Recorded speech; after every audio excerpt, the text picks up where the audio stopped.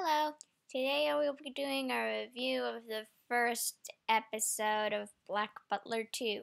And you may be asking yourself, why is she doing a review of Black Butler 2? Why isn't she doing Black Butler 1? Good question, because I didn't feel like it and this was the first thing that came to mind.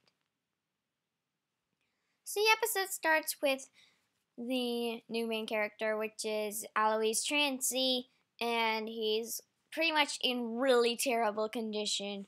At this point, I have no idea what happened to him, but it's pretty much awful, because the camera's going into random places in the room, and he's going, darkness, darkness. And he's talking about how this darkness is doing to him, and it's like, you kind of have a first thought of, what the heck happened to this kid? So then he yells, I want this, I want you! And then a spider on his tongue explodes, turns into a contract mark, and then the opening scene rolls. Now, I want you to think about this for a second. How is he able to talk normally without crushing that spider on his tongue? Also, I might be a little bit fuzzy on the contract details, but basically, the more visible under normal circumstances your contract mark is, the more powerful the bond between you and the demon's gonna be. So, basically, with Ciel's case, his was very visible, but he had an eye patch to cover it, and seeing as he was in an accident, nobody questioned that. But everyone's gonna question it if Alois is freaking wearing a bandage on his tongue. Or how the heck is he not gonna make that visible for everyone else to see? Okay, that's getting out of hand. So, it's the next morning, and Alois is just trying to make Claude mad. That's what I think he's doing anyway.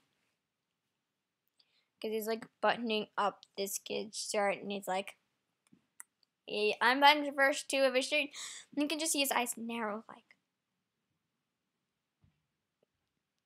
come on, Claude, just a few more episodes. Like he's trying, I can picture him thinking that, just trying to reassure himself that he won't have to deal with this kid forever. So then it's breakfast time, and he's eating breakfast. Well, it's breakfast time, so of course he eats breakfast. Anyway, so he talks to his maid, Hannah, about how he thinks his fried eggs are pathetic. Spills something, Hannah tries to clean it up, and Alois is like, ah! And he screams out hand in hand, like, oh my god, are you okay? Like, she doesn't say that, but she looks at him in a way that I can picture that's what she's thinking. She's like, oh my god, what happened to this kid? Is something wrong? Oh gosh, oh god, oh god, oh god, what did I do? And it's like, a maid shouldn't look his master in the eye. Ha! And he just, like, gouges her eye out with his bare fingers. And he's like, this is just your punishment. Seriously. And then he acts like nothing happened. The twins are like, alright, triplets. The triplets are like, oh my god, what did you see what this did? And it's like, that's not what they said. We couldn't hear what they were saying. But I'm pretty sure that's what they were saying.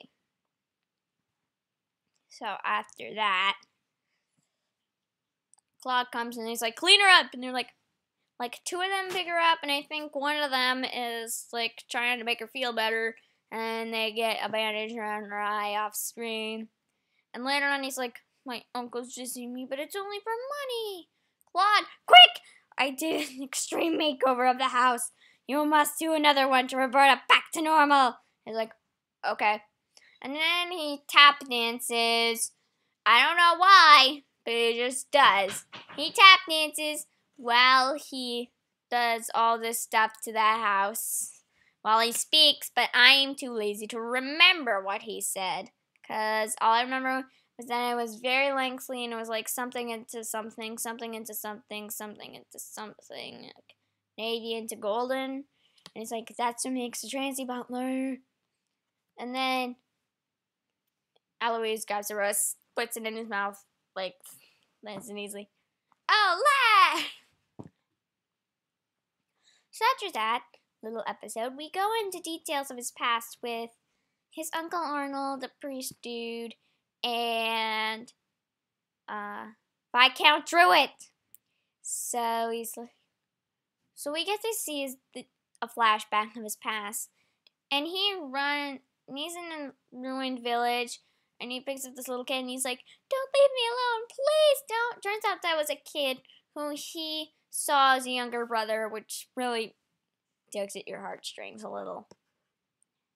And after that, he just dumps a bunch of money and deeds and horses and all this stuff. Well, he didn't dump horses. That would have been hilarious. And he's like, pick this up, pick it up, pick it up. Which goes to show that he did want money. And after that, Eloise is questioning my Claude isn't laughing. This is why. He's like a brick wall! He's a freaking brick wall! Bricky. I called him Bricky for a long time in the series. So, after that, there's a storm coming, and then this tall guy's like, "I've been caught in this wicked storm. I would ask that if you give me some..." I just asked for shelter! I can't remember the exact line, but he did ask for shelter.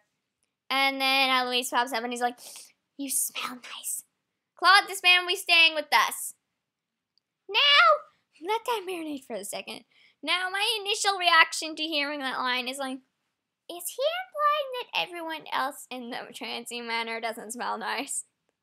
Because that's pretty much what I can imagine. Either it's just Eloise being Eloise, or everyone just needs a giant air freshener, which I think would be hilarious. Oh, fangirls, please don't talk to me. And then they go downstairs because Eloise wants to go on an adventure, and then because he wants to see what's in the trunk, and the guy wants to see something that's under the house mansion thingy, and he's like, "It's tea." And it goes into this little speech about new moon and full moon tea leaves or whatever. And then Clyde comes in and is like, "Show us what's in the trunk," and then throws gold and silverware. Why does he have gold and silverware? So anyway, the top hat comes off and it reveals Sebastian. So after a huge chase scene and revealing that the contents of the trunk was Ciel, he jumps, breaks a chandelier, making it seemingly fall on Eloise, and the screen goes dark with him screaming. So after all that, he's like, don't leave me alone. He's like, you just get swallowed up by the darkness. Turns out the tea thingy had Ciel's ring in it. And then he puts it on him and he's like, "No, master, time to wake up." What are my thoughts on this? Claude is a lot like Sebastian. I'm not kidding. They look similar. Well, I can pretty much picture that. But the difference is, one is modest because he's like, "I'm simply one hell of a butler."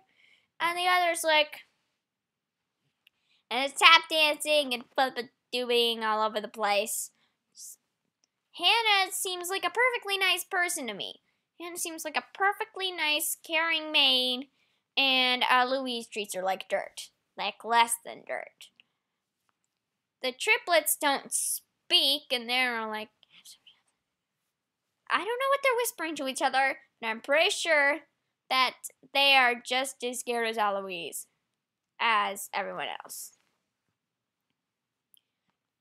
I can guess Ciel and Sebastian are coming back, and to end this off, this is going to be a long series to review. Bye!